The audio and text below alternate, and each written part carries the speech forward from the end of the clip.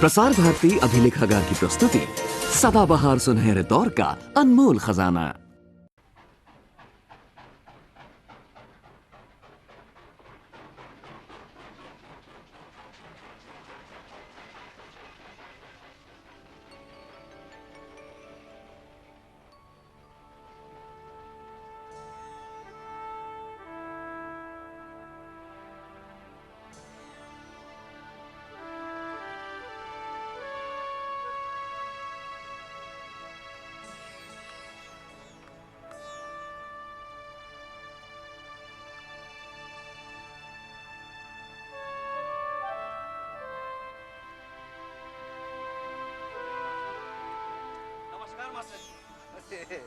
जीते रहो बेटे, जीते रहो।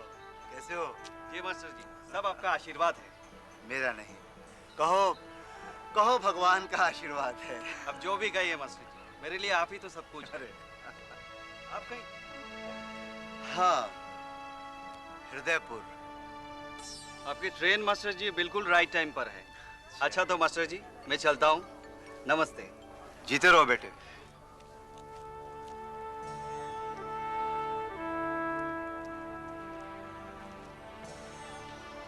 नमस्ते मास्टर जी। अरे नवीन, नवीन कैसे हो बेटे? ठीक हो सर। सर हम सब एक दिन आपके घर जाकर थोड़ा कष्ट देंगे। कष्ट कैसा, जरूर आना। लेकिन बात क्या है? सर मैं बताता हूँ। स्वाधीनता दिवस के उपलक्ष्य में हमारा कॉलेज एक फंक्शन कर रहा है और हम सब की इच्छा है कि इस फंक्शन में आप चीफ गेस्ट हों। मैं? जी सर, आप। क्षमा करो बेटे, मैं किसी फंक्शन में नहीं जाता। सर अभी काफी दिन है सर, अगर आप अपना फैसला चेंज करें तो हमें बता दीजिएगा। मेरा फैसला अटल है, मेरा जाना मुमकिन नहीं। बहुत आशा लेकर हम आपके पास आए थे सर। माफ करो बेटे, मुझे बेहद अफसोस है। ठीक है मास्टर जी, तो हम सब चलते हैं। नमस्ते मास्टर जी। नमस्ते मास्टर। जीते रहो, जीते रहो, जीते रहो।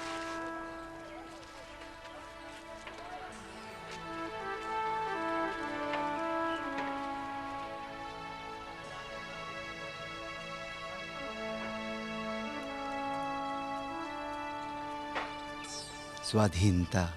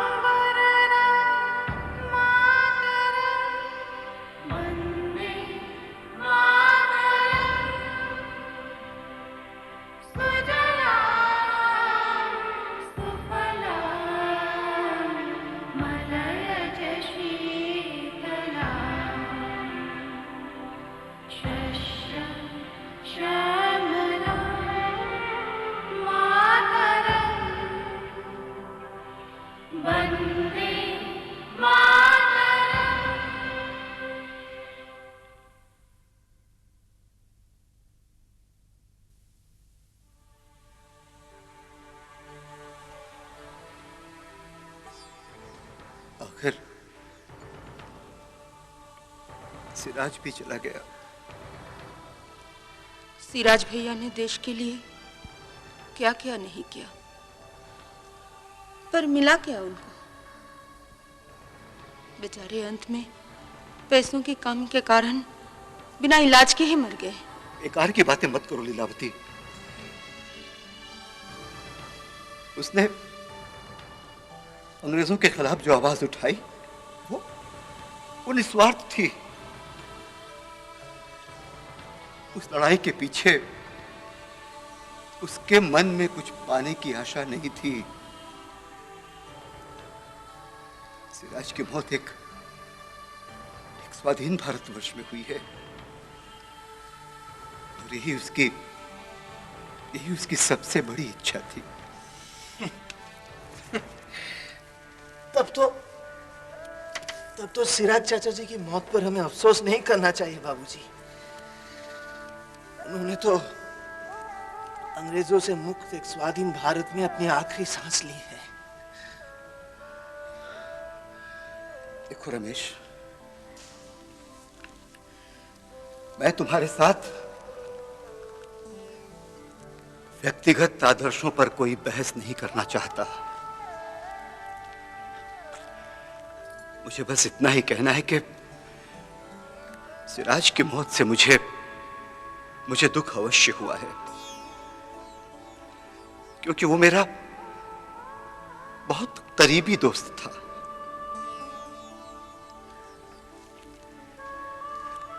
जब हृदयपुर जाकर मुझे उसकी मौत की खबर मिली तो मुझे बहुत दुख हुआ, बहुत अफसोस हुआ, क्योंकि हमारी दोस्ती कॉलेज के जमाने से थी। आजादी की लड़ाई में हम दोनों ने कंधे से कंधा मिला के हिस्सा लिया।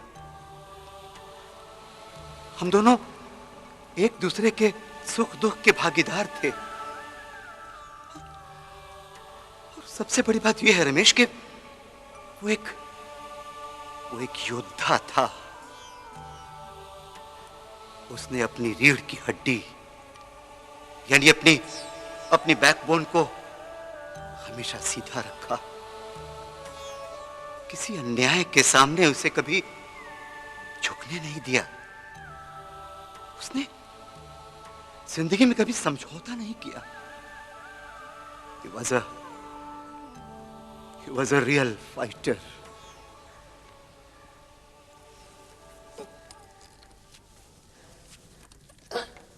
बाबूजी, मैं अपने कमरे में जा रहा हूं। जाओ।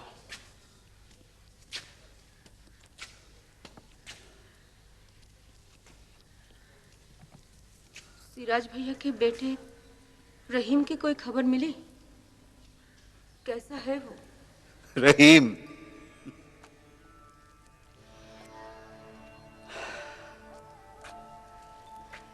लीलावती,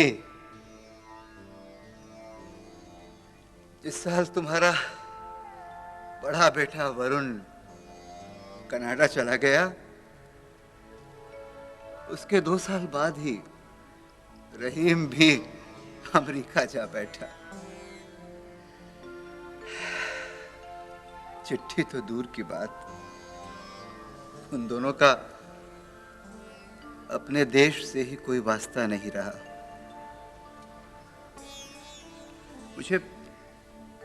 मुझे पूरा यकीन है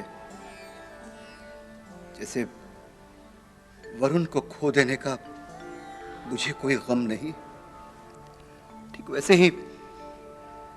ही सिराज के मन में भी रहीम के लिए कोई दुख नहीं रहा होगा। चलो बाबूजी, खाने का समय हो गया है, कुछ खा लो। तू तो जानती है बेटी, रात 9 बजे के बाद मैं कुछ नहीं खाता, और वैसे भी मैंने बाहर कुछ खा लिया था।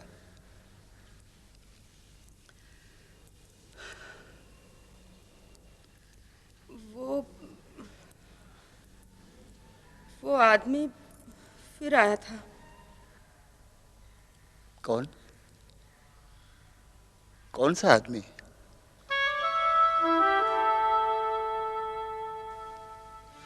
बात क्या है? तुम लोग ऐसे चुप क्यों खड़े हो? बताओ मुझे, क्या हुआ? कौन आया था?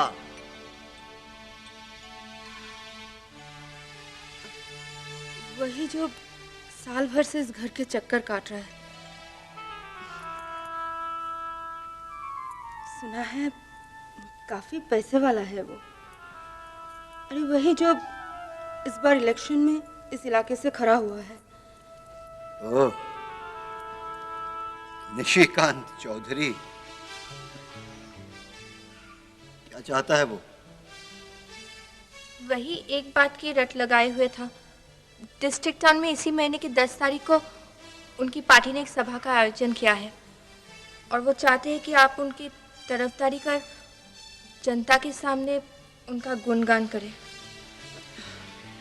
अगर आपने उनकी तरफदारी में 2-1 लफ्ज कह भी दिए तो वो मेरा घर भर देगा, मुझे माला माल कर देगा।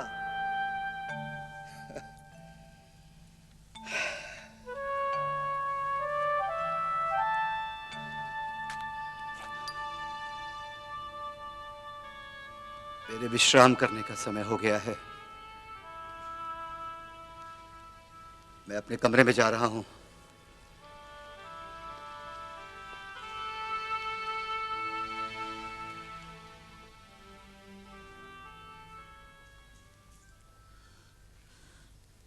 जिस दिन से इनसे नाता जुड़ा है उस दिन से बस एक ही रट। प्रिंसिपल, हाँ, मुझे आदर्श का भाषण देता है। निशिकांत जी, मुझे तो वो आदमी जरा अड़ियल किस्म का लगता है। ठीक कहा तुमने। मुझे क्षमा कीजिए, मैं आपकी पार्टी की तरफ से वोट कैंपेन नहीं कर सकता। और हाँ, आप बेकार में अपना और मेरा कीमती वक्त अगर ना ही गवाएं तो अच्छा होगा। कभी कभी तो मेरा मन करता है कि एक डंडा लेकर उसके सर के 2 टुकड़े कर दूं।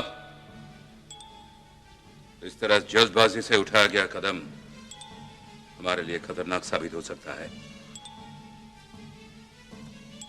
राजी तो उसे करवाना ही पड़ेगा।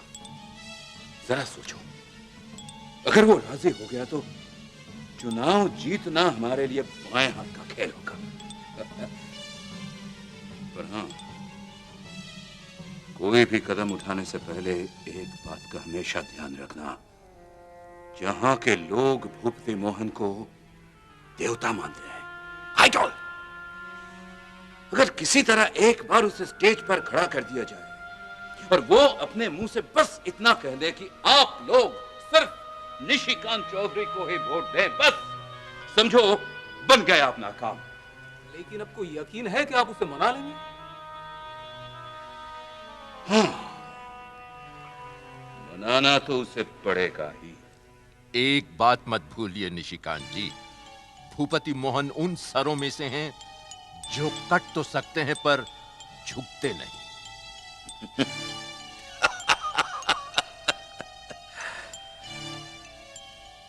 अगर वो सर मेरे सामने नहीं झुका चंद्रनाथ, तो मैं उस सर को काट कर फेंक दूंगा।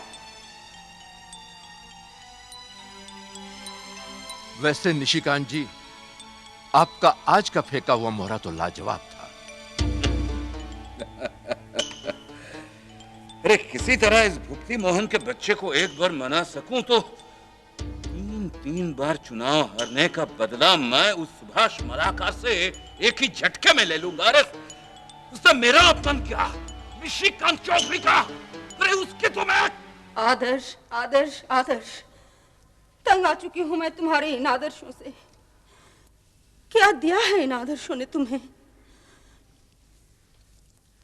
एक बार उस आदमी का साथ दे देने से कौन सा नुकसान हो जाएगा? कौन सी आफत आ जाएगी?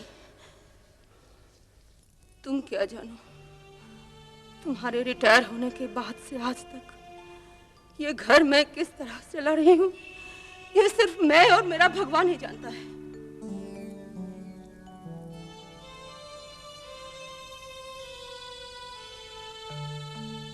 क्या करूं,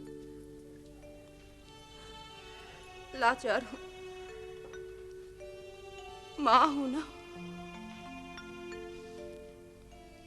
और तुम तो जानते हो ये ममता अंधी होती है। जब भी मैं अपने रमेश को देखती हूँ, यकीन मानो ये ममता भरा दिल खून के आंसू रोता है।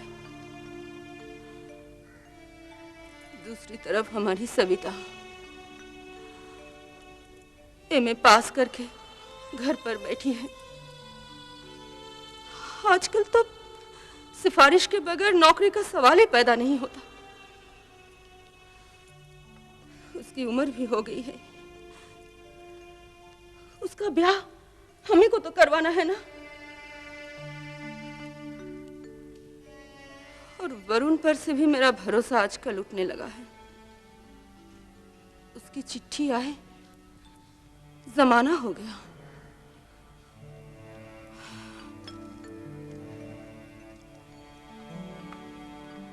अपनी औलाद पे भरोसा करके ही तो माँ बाप भूल करते हैं लीलावती। बच्चे इस धरती पर अपनी मर्जी से नहीं आते,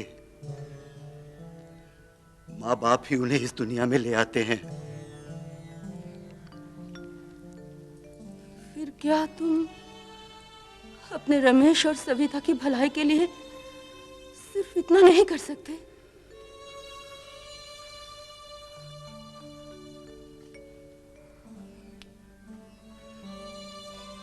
तुम अच्छी तरह समझ रही हो कि तुम मुझे क्या करने पे मजबूर कर रही हो। क्या चाहती हो तुम? मैं उस निशिकांत जैसे गंदे और घटिया आदमी को सपोर्ट करूं? चुनाव जीतने में उसकी मदद करूं? जिस रीढ़ की हड्डी ने मेरी आदर्शों की खातिर सारी जिंदगी मुझे कभी झुकने नहीं दिया, आज मैं उम्र के इस आखिरी मोड़ पर उसे निशिकांत के हाथों बेच दूं? मुझे कुछ नहीं सुनना। निशिकांत जी कहकर गए हैं वे अपनी सविता को किसी अच्छे स्कूल में नौकरी दिलवा देंगे, रमेश को दुकान खुलवा देंगे। बस मुझे और कुछ नहीं कहना। अब तुम जैसा ठीक समझो वैसा ही करो।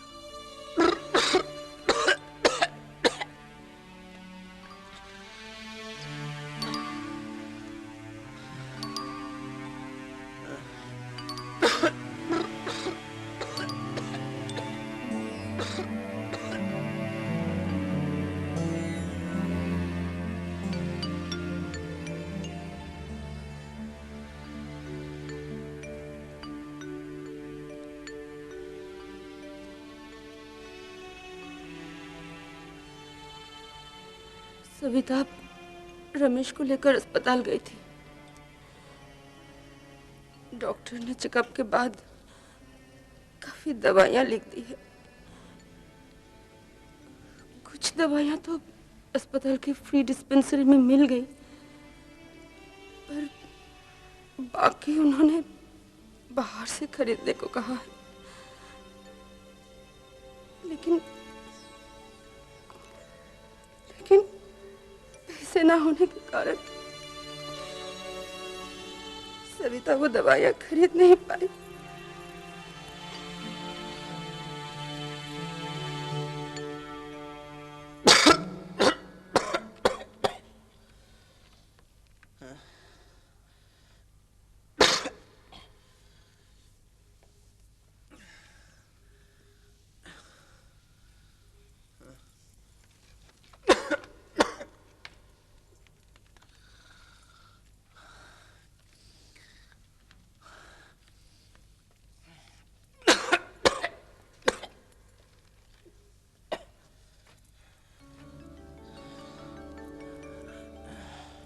आजकल वो लोग भी कितने लापरवाह हो गए हैं।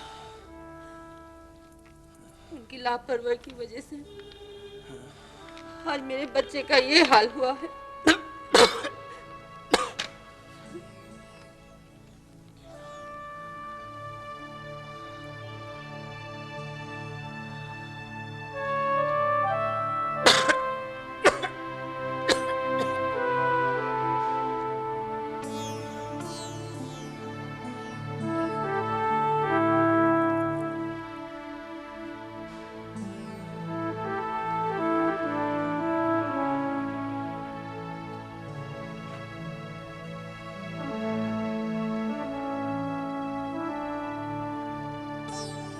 सुनो,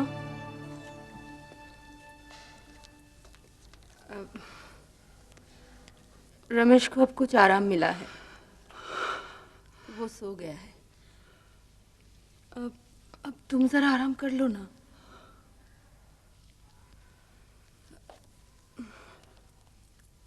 निशिकांत जी कहकर गए हैं वे कल सुबह 9 बजे फिर आएंगे।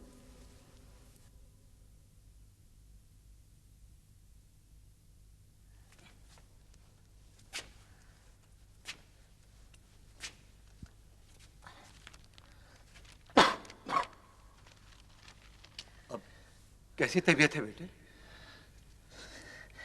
काफी अच्छा हूँ बाबूजी। मैं समझ सकता हूँ बेटे, कल रात तुम्हें बहुत तकलीफ हुई होगी। नहीं बाबूजी, और वैसे भी अब तो सैनिक की आदत सी हो गई है।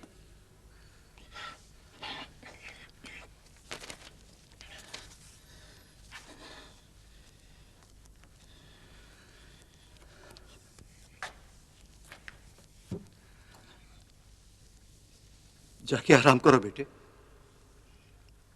ज्यादा चलना फिरना तुम्हारे लिए ठीक नहीं। चलना फिरना, अब तो चलना फिरना मेरे लिए सपना सा हो गया है बाबूजी।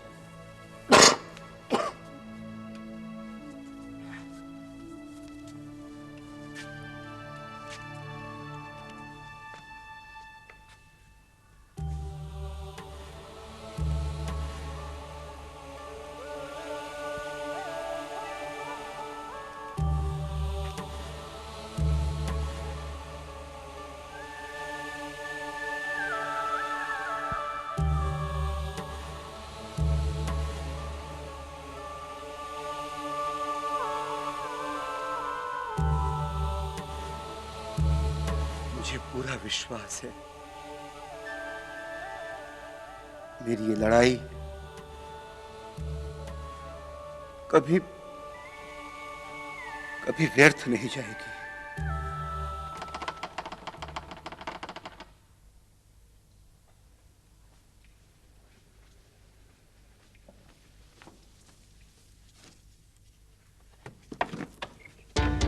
नमस्ते जी। भूपति मोहन जी घर पर हैं? हमें आने में थोड़ी देर हो गई। क्या है, वो काफी दूर से आना पड़ता है ना। आप लोग अंदर आइए, मैं बाबूजी को बुला कर लाती हूँ। जी बहुत अच्छा। हाँ। आओ जी आओ, आओ। बैठो।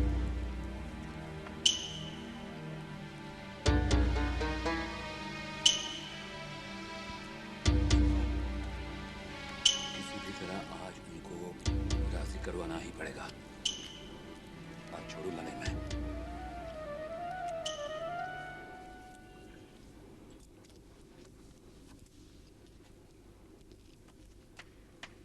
नमस्ते जी। बैठिए। जी आप भी।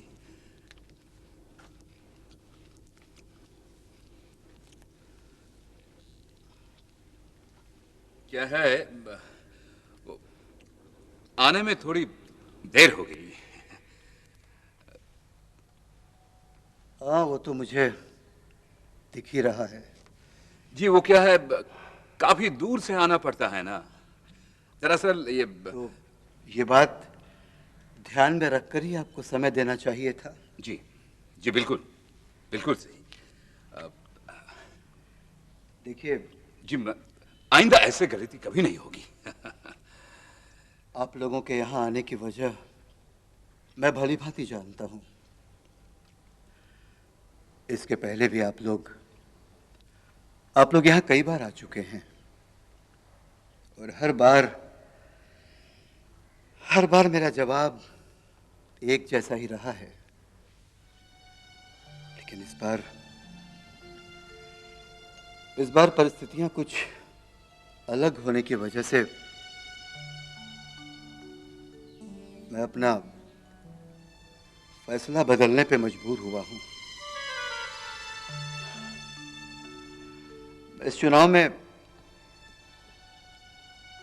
आपका साथ दूंगा। सर सर मैं किस तरह आपका शुक्रिया अदा करूं सर। भूपति मोहन जी, आप तो जानते ही हैं कि तिहारगंज यहाँ से बहुत ही दूर है, इसलिए मैं उस दिन सुबह 8:30 बजे आपको तकलीफ दूंगा। ठीक 8:30 बजे मेरा ड्राइवर गाड़ी लेकर हाजिर हो जाएगा। और सर उस दिन दोपहर का खाना आप मेरे घर खाएंगे। देखिए, उम्र ज्यादा होने की वजह से जी मैं बाहर बहुत कम खाता हूँ। आपसे एक बात पूछूं? जी सर, बोलिए सर। अगर मैं अपनी बेटी सविता को अपने साथ ले लूं तो आप लोगों को कोई तकलीफ तो नहीं होगी ना? सर किस बात की तकलीफ सर? ये तो बड़ी अच्छी बात है सर। वो जाएंगी सर, वो जरूर जाएंगी आपके साथ। और एक बात। बोलिए सर। दोपहर का खाना मैं ठीक 12 बजे खाता हूँ। बिल्कुल सर, मैं आपको शिकायत का कोई मौका ही नहीं दूंगा।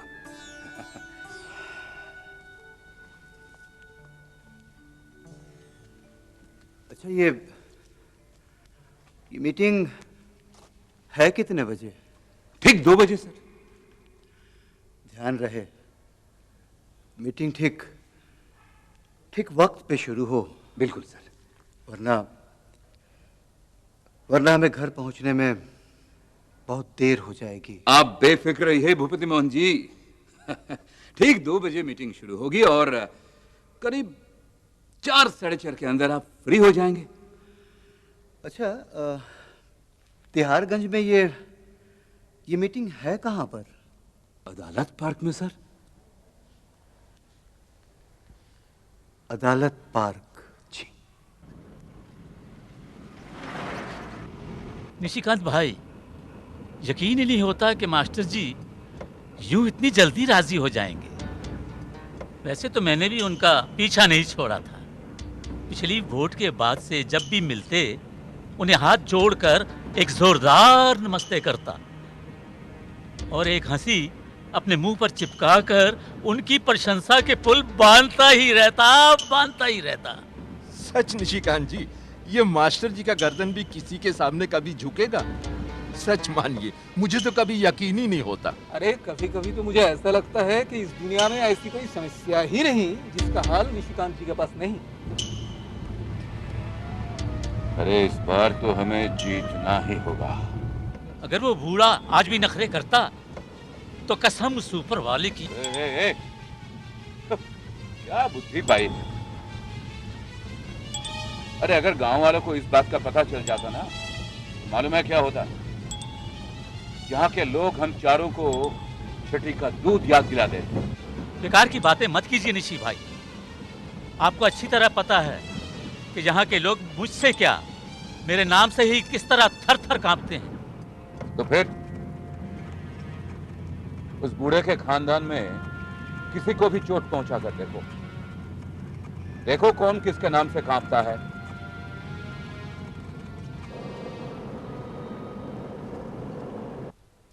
बाबूजी जैसे कई फ्रीडम फाइटर्स ने आज मंत्री, एमएलए, एमपी बनने में कोई कसर नहीं छोड़ी। अंग्रेजों ने जब पॉलिटिकल पावर हमारे देश के लोगों के हाथ में दे दी थी, तब सब अपना हक उस पॉलिटिकल पावर पर जमाने में मशगूल हो गए, पागल हो गए। लेकिन बाबूजी उन सब से अलग थे।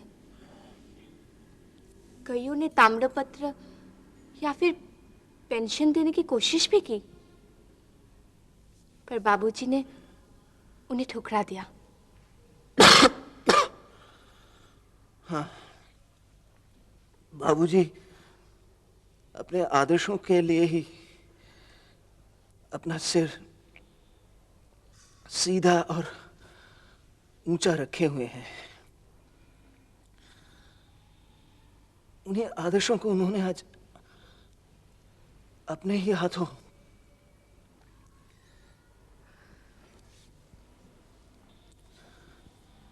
मुझे आज भी वो दिन याद है जब चंदन के जलपाईगुड़ी वाले डेरे पर पुलिस ने मुझे और रानू सन्याल को गिरफ्तार कर लिया था। बाबूजी हमसे मिलने पुलिस कस्टडी गए थे। अगर तुम्हें अपने आदर्शों पे पूरा भरोसा है, विश्वास है, तो मैं कभी तुम्हें उनके खिलाफ जाने को नहीं कहूंगा। मुझे केवल तुमसे दो बातें कहनी है। पहली बात तो ये कि अगर तुमने कुछ पाने की आशा में, कुछ हासिल करने के लोभ में इन आदर्शों को अपने जीवन का हिस्सा बना रखा है, तो ये तुम्हारी बहुत बड़ी भूल है। और दूसरी बात, अपने होशो हवास में कभी किसी इंसान को या अपने देश को ठेस मत पहुंचाना।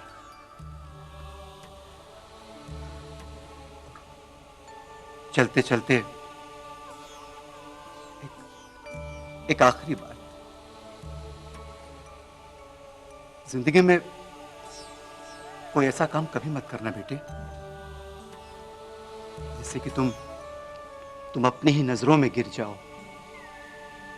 तुम्हें अपनी रीढ़ की हड्डी हमेशा सीधी रखनी है बेटे। बाबूजी, माँ, सविता सब ठीक है ना? हम सब ठीक हैं बेटे।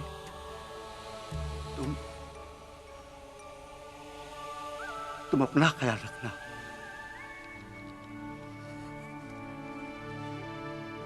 भारत को स्वाधीन हुए आज पूरे 50 साल हो गए।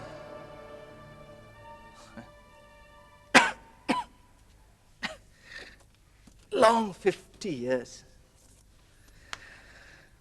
इतने वर्षों में एक नई श्रेणी के देश सेवक हमारे इस मातृभूमि में पैदा हुए, जिनका जीवन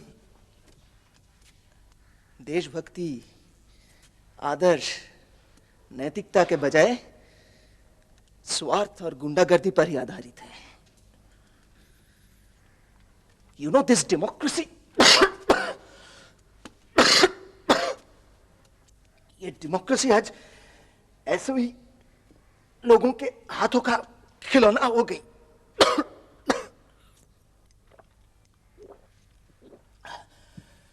और ऐसे में भूपति मोहन जैसा आदमी अपनी सारी जिंदगी देश सेवा करने के बावजूद पॉलिटिक्स यानी राजनीति से दूर हटते जा रहे हैं। तुझे मालूम है, आज भी आम जनता अपने वोट सही इंसान को, सही कैंडिडेट को देना चाहती है।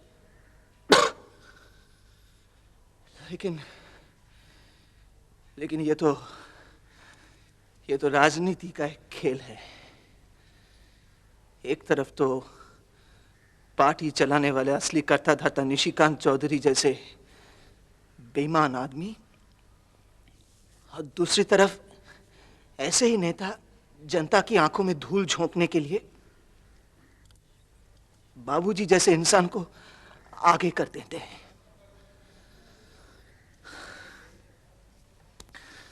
लोग तो बाबूजी जैसे आदर्शवादी इंसान को देखकर ही वोट देंगे ना?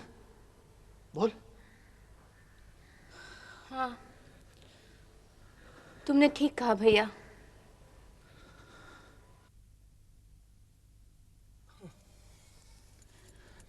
बहुत दिनों बाद आज लोड शेडिंग हुई। पिछले कुछ महीनों से तो लोड शेडिंग बिल्कुल नहीं हुई ना माँ? पता नहीं बेटे, मुझे तो कुछ याद नहीं।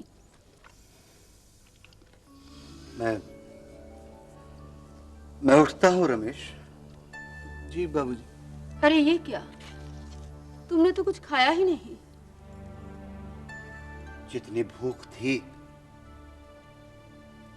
उतना मैंने खा लिया है।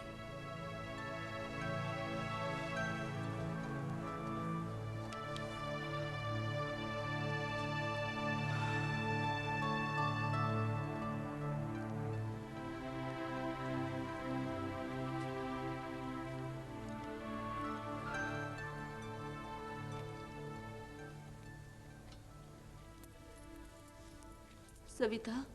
जी माँ। तू अपने बाबूजी के साथ जा रही है ना? देखना बेटी, कहीं कुछ गड़बड़ ना कर बैठे।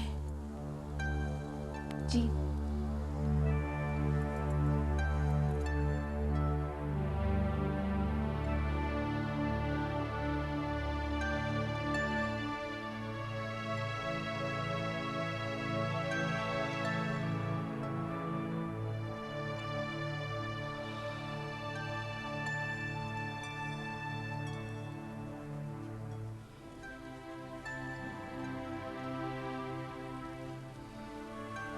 सोने की कोशिश करो लीलावती।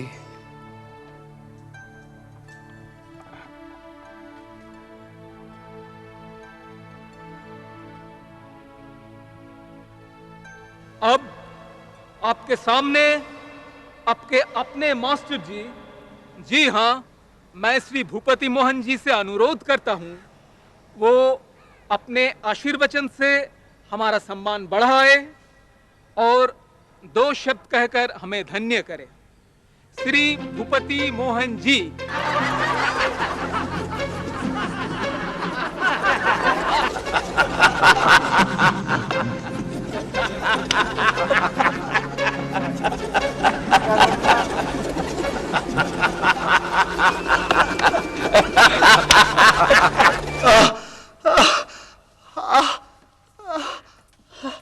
क्या हुआ?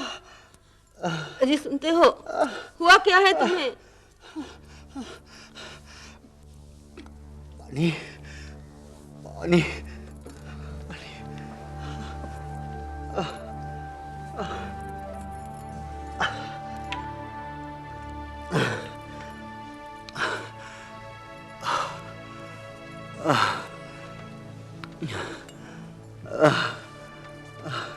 ये लो।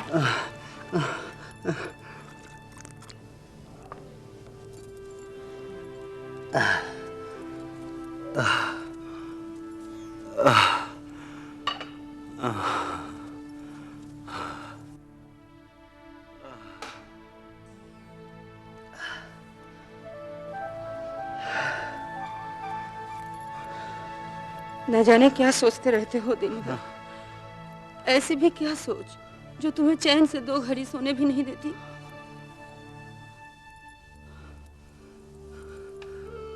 सोच। हाँ, हाँ,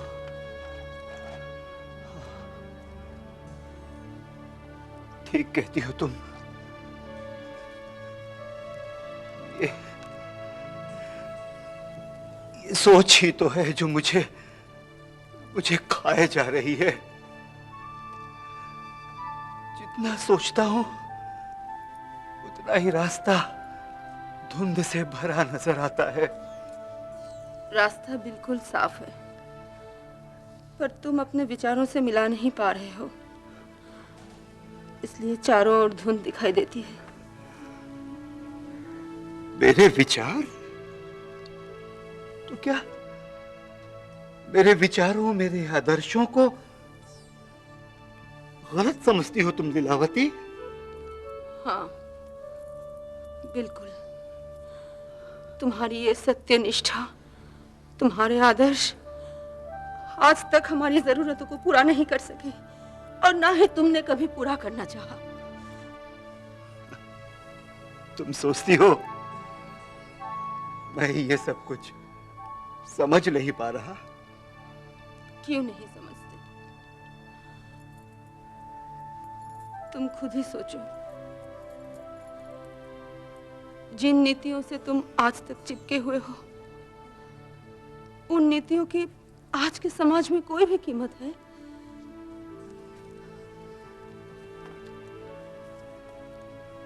कीमत नहीं है? हा? तो क्या तुम ये कहना चाहती हो कि समय के साथ साथ सच्चाई का चेहरा भी बदल गया है? सच्चाई का चेहरा नहीं बदला, बल्कि झूठ की केचुली से ढक गया है। तो क्या मैं भी अपने आप को झूठ की उस केचुली में ढक लूं? हाँ, यही चाहती हो तुम? तो इसमें हर्जी क्या है? केचुली तो जब भी जी चाहे शरीर से उतारी जा सकती है।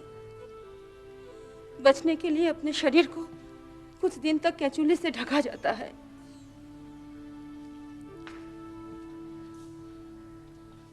निशिकांत जी सच्चे हैं। उनके जीतने से हमारे इलाके का मंगल होगा। इतना सा झूठ को अगर तुम सच कहकर लोगों के सामने रख दो तो इसमें तुम्हारा क्या बिगड़ेगा? अश्वत्थामा की मिसाल तुम्हारे सामने ही है। ऐसे क्या देखते हो तुम? देख नहीं रहा लीलावती, देख नहीं रहा, सोच रहा हूं। जिस देश की स्वाधीनता के लिए लोगों ने अपने जान की बाजी लगा दी, उसी देश को अगर आज निशिकांत जैसे घटिया और धूर्त लोगों के हाथों में सौंपना पड़े तो इससे तो वो पराधीनता ही बेहतर थी। स्वाधीनता, स्वाधीनता, स्वाधीनता, इस मंत्र का जाप सुनते सुनते मेरे कान पक गए। लेकिन मैं अपने मन से कभी नहीं मान पाई कि हम स्वाधीन हैं। क्यों? स्वाधीनता मिलने के 50 साल बाद भी तुम ये कैसे कह सकती हो लीलावती? क्यों नहीं कह सकती? मैं तुम्हारी तरह पढ़ी लिखी नहीं हूं, लेकिन बचपन में बाबा मुझे कहानी सुनाया करते थे। कहानी एक नील टैक्स वाले साहब की है। नील कोठी के उस साहब ने एक गरीब लाचार किसान को बिना किसी दोष के गोली मारकर जमीन में गाड़ दिया था। उसके छोटे बेटे ने अपनी आंखों के सामने अपने बाप को मरते हुए देखा था, पर उस वक्त वह प्रतिवाद नहीं कर सका। उसके कुछ दिनों बाद देश स्वाधीन हुआ। भूखों मरते मरते उसे टीबी हो गई थी। जब डॉक्टर ने आकर उसे स्वाधीनता की खबर सुनाई तो जानते हो उसने क्या कहा था? उसने कहा था, बाबू, आज से देश में छोटे बड़े में कोई फर्क नहीं रहेगा। कोई भी गरीबों को घृणा नहीं करेगा। ऊंची जात वाले नीची जात वाले को नफरत की नजर से नहीं देखेंगे।